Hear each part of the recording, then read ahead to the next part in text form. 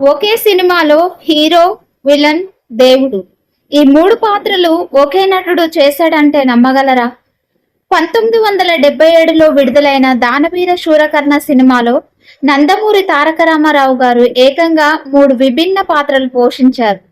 కర్ణుడు, శ్రీకృష్ణుడు, దుర్యోధనుడు. ఈ మూడు పాత్రల స్వభావాలు పూర్తిగా వేరు. కర్ణుడిగా త్యాగం, శ్రీకృష్ణుడిగా ప్రశాంతత, దుర్యోధనుడిగా అహంకారం. ఒక్కో పాత్రకు వేర్వేరు స్వరం, హావభావాలు, నడకతో ఎన్టీఆర్ జీవం పోశారు.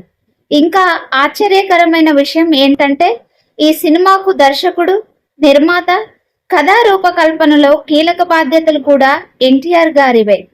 కేవలం 43 రోజుల్లో ఈ సినిమాను పూర్తి చేశారని చెప్తారు.